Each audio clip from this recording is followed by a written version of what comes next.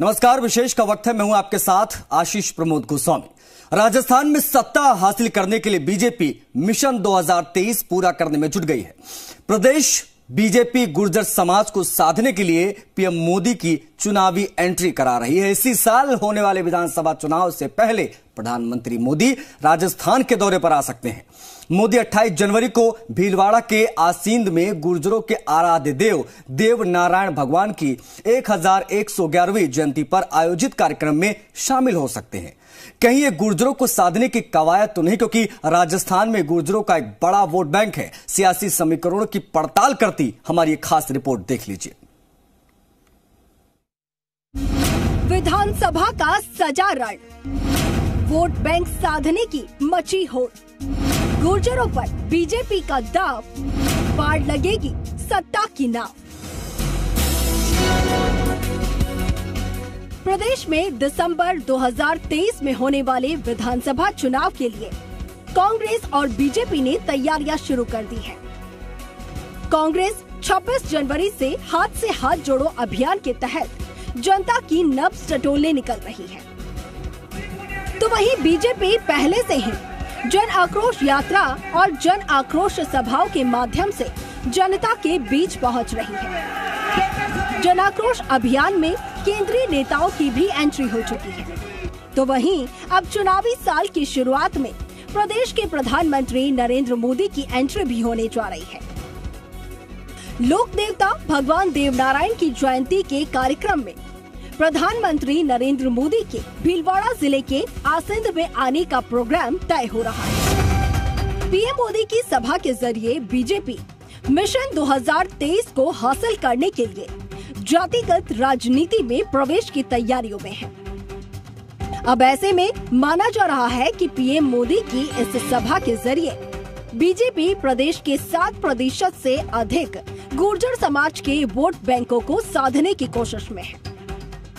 ये तबका पिछले चुनाव में पूर्व प्रदेश कांग्रेस अध्यक्ष सचिन पायलट समर्थन में कांग्रेस के साथ चला गया था। राजस्थान में विधानसभा चुनाव के लिए भाजपा अब जातियों को साधने की रणनीति बना रही है और इसके तहत पहले पार्टी ने आदिवासियों को रिझाने के लिए आदिवासी सम्मेलन और मानगढ़ धाम पर पीएम मोदी के कार्यक्रम का आयोजन किया था और अब भाजपा ने गुर्जर वोट बैंक पर नजरें गड़ाई हैं। गुर्जर वोट बैंक को साधने के लिए प्रधानमंत्री नरेंद्र मोदी 28 जनवरी को भीलवाड़ा के आसींद में गुर्जरों के आराध्य देव देव नारायण भगवान की 1111वीं जयंती पर आयोजित कार्यक्रम में हिस्सा ले रहे हैं। बीजेपी प्रदेश प्रभारी अरुण सिंह ने कहा कि पीएम मोदी का राजस्थान दौरा बन रहा है। पार्टी कार्यकर्ताओं को सभा की आवश्यक तैयारियों को लेकर दिशा निर्देश दे दिए गए हैं।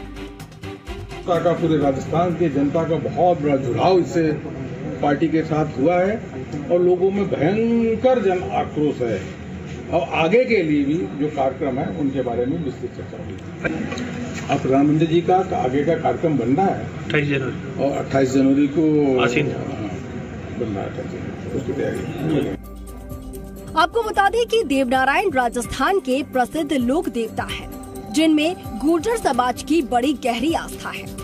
तो वहीं भीलवाड़ा जिले में आसींद के पास मालासेरी में देवनारायण का जन्म हुआ। अब ऐसे में मालासेरी धाम गुर्जर समाज की श्रद्धा और आस्था से जुड़ा है और इस धाम में आकर पीएम गुर्जर समाज को संदेश देने की तैयारी में है। अब ये भी समझना जरूरी हो जाता है कि आखिर ऐसा क्या है गुर्जर वोट बैंक में कि उसे साधने के लिए खुद पीएम मोदी आ सकते हैं। दरअसल प्रदेश के करीब 14 जिले गुर्जर बाहुल्य हैं, जहां ये समाज चुनावी उलटफेर पर सीधा असर रखता है। आबादी के लिहाज से राजस्थान में गुर्जर समाज 7% से ज्यादा है। प्रदेश की 200 विधानसभा सीटों में से करीब 50 विधानसभा सीटों पर गुर्जर मतदाता हार जीत के निर्णायक भूमिका निभाते हैं। भरतपुर, धौलपुर, करौली, सवाई माधोपुर, टोंक, दौसा, बूंदी, कोटा, बारां, झालावाड़, अलवर, राजसमंद, अजमेर, भीलवाड़ा, इन जिलों में गुर्जर बाहुल्य है। जबकि जयपुर ग्रामीण, झुंझुनू, सीकर, चित्तौड़गढ़, पाली, उदयपुर जिलों की कुछ विधानसभा सीटों पर समाज का असर है। गुर्जर समाज के ऐसे भारी भरकम मौजूदगी के चलते चुनावी मौसम में उन्हें साधना बीजेपी का बड़ा दाव साबित हो सकता है। गुर्जर सियासत के लिहाज से बीजेपी के हाथ बीते चुनाव में खाली ही रहे थे। साल 2018 के विधानसभा चुनाव में भाजपा से एक भी गुर्जर विधायक नहीं बन पाया, जबकि कांग्रेस में 8 विधायक गुर्जर समाज से जीतकर विधानसभा पहुंचे। हालांकि उस वक्त प्रदेश कांग्रेस के अध्यक्ष सचिन पायलट थे और उनके मुख्यमंत्री बनने की संभावना के चलते गुर्जरों ने एक तरफा कांग्रेस को वोट दिया। लेकिन जब पायलट सीएम नहीं बने तो लोकसभा चुनाव में ये वोट बैंक भाजपा की तरफ डाइवर्ट हो गया। गुर्जर नेता शैलेंद्र सिंह की माने तो पीएम मोदी की सभा से गुर्जर समाज में एक अच्छा मैसेज जाएगा। पिछले चुनाव में किन्हीं कारणों से जो गुर्जर कांग्रेस के समर्थन में चला गया था वो फिर से बीजेपी से जुड़ेगा। निश्चित तौर पर आप देखिए, कांग्रेस पार्टी ने गुर्जर समाज के साथ पिछले चुनावों में धोखा किया, छल किया।